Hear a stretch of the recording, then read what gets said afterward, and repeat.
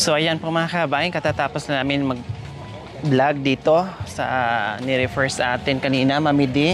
Kawawa din po yung sitwasyon niya, no? Grabe. Na-disgrasya ka, tapos yung nakadisgrasya sa'yo, walang-wala sa buhay. Ang hirap. Yes, ate, ano yon? Mag-asawa po na ang hirap ng buhay din po nila. Saan po? Asawa po niya yung nangangalakal, tapos yung asawang babae matagal na. Ilang taon na pong nakahiga. Saan po bahay nila? Doon po sa gilid ng ilog po. Okay, malapit lang. Opo. Okay, sige. So, ayan po mga kabayan, katatapos lang natin mag-vlog dyan. Tapos sinalubong tayo ni ate, meron daw siyang i-refer dyan mag-asawa na nakahiga lang at yung bahay malapit daw sa ilog. Tara, puntahan natin natin.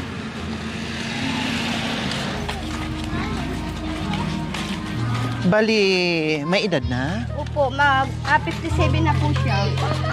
Ilan taon? 57. 57 yung babae. Yung lalaki, Nangangalakal po. sino kasama? Yung asawa nila. Dalawa lang sila sa bahay? Padaan. Ah.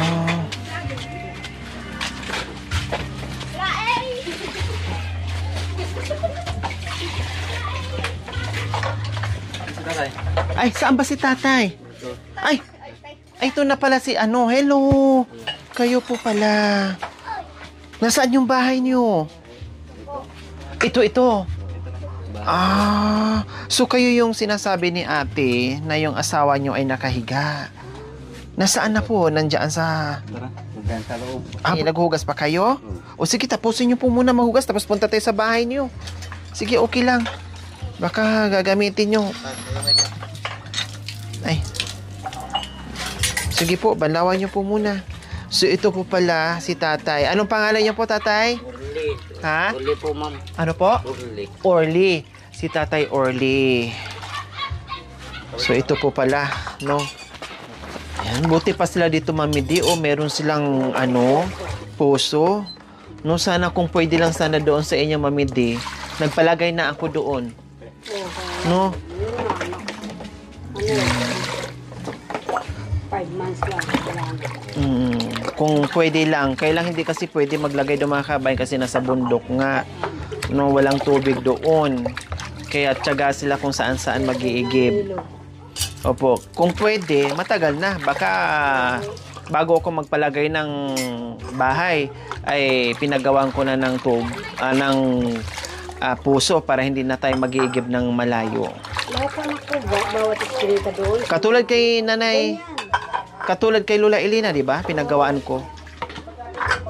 Lahat ng mga iskinita doon, ganyan ang linagay ng mga hapon. Kaya walang nangyari, nasira din. Hindi nagtagal. Okay, sige, Tatay Orly, punta po muna tayo sa inyo. Titinan po natin. Ito po yung bahay nyo. Oo. Ano ito? Ano po ito? Bakit? Bilao po, ayun po. Kailangan pa palang ibabad mga kabayan yung kawayan na gagawing bilao. Kailangan pa ibabad sa tubig? Oo, ganun din sa Aita. Hindi pala pwedeng Dito po. diretso. Bahay. Ayun, sino ang gumagawa ng bilao? Po nila. Anong pangalan? Wow, ang dami oh. Po. Ay, may gumagawa. Ang dami, ang galing oh. Magkano kuya? Magkano is pag nabuo? Isang bilao. Wow, ang galing Meron silang... Sa Pampanga, mahal 200 maliit lang. Maliit lang po. Oo, 15 lang ang kuha po nila sa amin. May natapos na po kami doon. Maliit ko. So, 15 lang ang kuha. Opo. O ano, Mami D, maging buyer na kayo? 15 lang daw isa. Gawin mo ng 20, binta mo ng 200 doon. Nandiyan si nanay. Hindi ba mainit dyan? Yung mainit po. Bali may parang nilagyan lang ng karton. Ganyan. Ano pong saktong nangyari? Ano pong nangyayari? Bakit nakahiga na lang po si nanay? Anong pangalan po ni nanay? Ayawan ko po. Tatay Orly, ano pong nangyari kay nanay? Nung umuulan, tsaka yung nagbubunot ng palay, parang yung pasir-sir. Tapos po, Tapos umuulan, maaraw, tapos ano, ganyan. Parang napasma. Parang nalumpo po siya. Ilang taon na po? 4 na taon. 4 years na siya nakaganyan dyan? Matagal. Buti hindi pa nagganda sugat-sugat yung ano niya. May sugat-sugat din dito. Tapos mainit pa po dyan, Tatay Orly. Opo. Tingnan na. Bakit hindi nyo po napacheck up? Hindi po. Wala. Mula nung nag-umpisa, nung unang-una, hindi nyo po nadala sa ospital. Meron naman po tayong public hospital na pwede Wow. nating lapitan. Wala pa kasing pera. Hindi, ibig kong sabihin, kaya nga lalapit po tayo sa mga public hospital kasi meron po doon. Basta marunong tayo makiusap, dalhin lang doon. At least yung ibang gamot na wala sa loob ng hospital na libre, pwede naman po magawaan sana ng paraan na hindi yung ganun sana, na hindi lalala. Wala ka. Paano po yan? Hindi siya makakaupo? Hindi. Ganyan na kumakain, ganyan nakahiga. Gilid, tapos tihaya. Ganyan na lang. Ganyan na lang? Oo. Hindi maka Sila ano. bumabaliktad. Hindi, Nakaano kung na hindi rin niya po. kayang ibaliktad o tumagilid sa kabilang Hindi. side, kayo po ang aalalay sa kanya. Buhatin niyo po. Ayaw niya ano daw, nahilo daw na ano, bumangon. Eh paano pag nagbihis po siya? Ganyan na. Hindi siya nangangawit? Nangangawi. Siyempre masugatan po talaga yung kabilang side niya kasi Oo, panay ganyan yung kanyang posisyon. Hindi rin po siya nakakapagsalita. Yung pagsalita, Nakakapagsalita po siya. oo. Yung nakakarinig, Mm. nakakakita. Oo. Ano daw ang masakit sa kanya, kuya? Sa ulo daw. Ulo, yung nahihilo lang siya. Nahilo, tapos dito sa ano, Sa shoulder niya, sa balikat niya. Dahil sa position po niya yun, Kuya Orly. Hindi talaga siya nakakaupo kahit paupuin mo Ay, hindi. nyo man lang sana. hindi. Pagbuhatin ko, ayaw niya. Pero kung di siya nahihilo, kaya naman niyang tumayo. Sana. Hindi rin. Oo. Talagang Talagang ganyan. wala nang lakas yung mga paa niya. Oo. Diyos ko, doon lang sa pagbubunot ng palay, Kuya Orly, doon nagsimula, ganyan na, napasma kumbaga. Siguro ulan, init, ulan, init, ulan, init. Oo. Kumusta po, Kuya Orly? Ilan po ang anak nyo? 3 pa. 3. Kumusta po yung, siyempre, May asawa na po sila. nag-aasawa. Bali, dalawa na lang po kayo dyan ni nanay. Tsaka 3 kami, tsaka yung isang apo ko na isa. Yung apo nila lalaki. May apo kayo na dito nakatira sa inyo? Oo. Nasaan po yung mga magulang? Yung nandun sa kabilang ano, yung may balyo. Bakit dito po nakatira sa inyo? Para mayroong kasama si nanay? Oo. Para may titingin-tingin, may mautusan? Oo. Anong trabaho niyo po, Kuya Nangangalak- Tatay Orly? Anong trabaho niyo po? Nangangalakal po. Pangangalakal ang trabaho niyo. Oo. Dati, anong nyo? Anong trabaho niyo po? Nung medyo malakas pa si nanay? Ganyan na din. Ang tagal na. O kumusta naman ngayon, Kuya Orly, yung buhay niyo? Sige, Kayo na lang nagtatrabaho, wala na kayong katuwang, tapos ganyan pa ang nangyari sa misis nyo. Kumusta? ayos naman pag kilo-kilo, 1 kilo. Para may makain. Basta may pag-uwi nyo dito na merong pagkain. Oo. Kumakain naman? Maayos naman yung kain ni nanay? maayos. Kumakain naman siya? Maayos naman po. So ayan po mga kabayan, no, kung ano na lang yung posisyon ni ate sa loob ng 4 na taon, no, o mahigit, talagang one side lang talaga, no? One-sided lang talaga, one side lang yung higa ni ate o ni nanay, hindi na siya makatihaya o igilid mo siya sa kabilang side, hindi, ayaw po niya. Dahil nahihilo siya. Parang may vertigo tuloy, di ba? Pag may vertigo tayo, pag gumalaw tayo ng konti, akala natin ay parang umikot na yung buong mundo. Di ba? Hindi ka pwedeng galawin, hindi ka rin pwedeng tumayo, umupo. Basta, pag nakaramdam ka ng vertigo, talagang steady ka lang o ipikit mo yung mata mo. Basta steady ka lang kasi pag idilat mo o kikilos ka, lalo kang nahihilo, lalo kang naduduwal o nasusuka. Ganun po ang nararamdaman sa may vertigo. So, ganyan po si nanay. Gustuhin man nila na itagilid, no? O tihaya, ayaw po ni nanay. Ganyan lang. So, nag-coast na po yan doon sa trabaho ni nanay sa bukid na pagtatanim at pagbubunot ng palay. O, kumilos naman siya, o. Ganyan lang. Kumbaga yung paalang niya. Hello, Nay! Yuli. Kumusta po kayo dyan? Ay, Okay lang. sumagot naman siya. Sasalita sila. Hi, Nay! Magandang hapon po. Ay, kitang ko na. Kumusta po kayo dyan? Simula pa dyan, imubulong mo. Ha, Nay? Kumusta po kayo? Mabuti naman. Ha? Ito. Mabuti. Nangiinom na. Hindi po kayo naiinitan dyan? Bakit nasaan na po yung electric fan nyo? May pamaypay po kayong nakatabi po dyan. Hindi po kayo nakakaupo, Nanay? Hindi na. Ha? Hindi na po ako makaupo. Hindi na po kayo makaupo. Hindi po kayo nangangawit?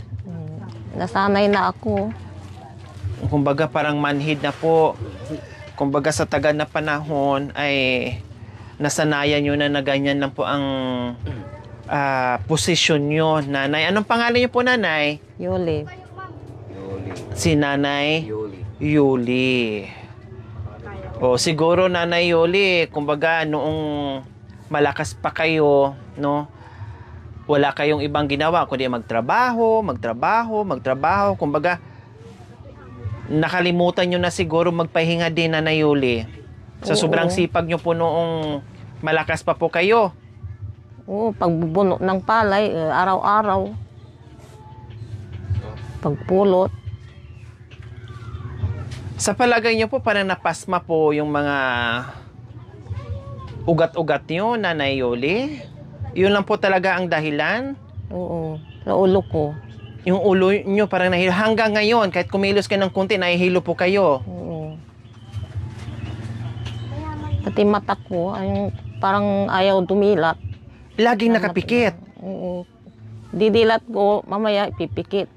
Kahit hindi ako natutulog. Na yung magluha-luha. Kunting galaw sa katawan nyo, nahihilo din po kayo, Nanayol. Oo. Diyos ko, parang may vertigo si Nanay Yuli.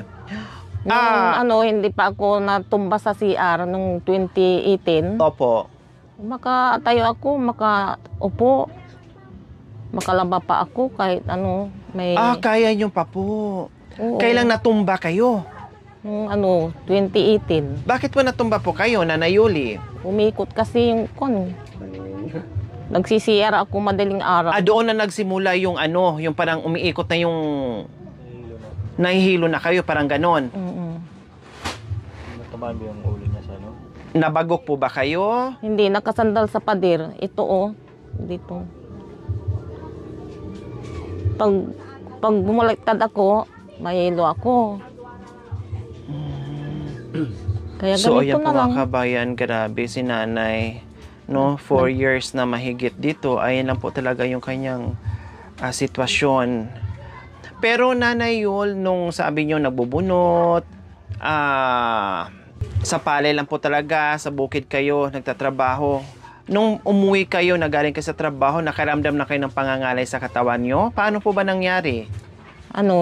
Tanghali, umuwi kami. Opo, mainit. Mainit. Yung bulag dyan, yung matanda doon. Opo. Kasama ko yon. Opo. Nagbunot kami, tanghali, umuwi kami. Nakainom kami, nagdala kami ng alak doon sa bukid. Habang nagbubunot ng Oo. O tapos po? Di may tubig dyan sa ilog. Opo. Kami, naligo kami. Binasa namin yung ulo namin. So, alas Nakainom 12. na po kayo noon? Oo, ng konti lang. Pero hindi naman talagang lasing na lasing. Hindi. Hindi ako naglalasing. O tapos mainit siguro, Nanay Yol. Oo, nag-inom- tanghali. Opo, tanghaling tapa, tapos galing pa kayo sa trabaho, tapos uminom kayo, no? Hindi naman hindi naman kinalasing kasi nakaligo pa nga po kayo. Kailang dagdag init po yung sa katawan nyo, sa ulo nyo, tapos sobrang lamig po siguro, Nanay Yol, yung niliguan nyo. Kaya nabigla siguro yung katawan. Yun lang po yung alam nyong dahilan, Nanay Yol. Oo. Doon nagsimula. Tapos pag uwi nyo ng bahay, ano po nangyari? Hindi pa, matagal pa. Ah, matagal pa. Oo. Nagbubunot pa ako, pero nararamdaman ko na nahihilo na ako, yung ulo ko. Ah, doon na nag-start na unti-unti na kayo nahihilo. Oo. Nahihirapan na kayo sa tuwing kilos nyo dahil nakaramdam kayo ng hilo. Oo. Pero wala kayong gamot na iniinom, Nanay Yol? Meron high blood ako. Ah, high blood kayo. Oo. Nagpa-check up. Oo. O anong nagpapacheck up kayo. advice ng doktor?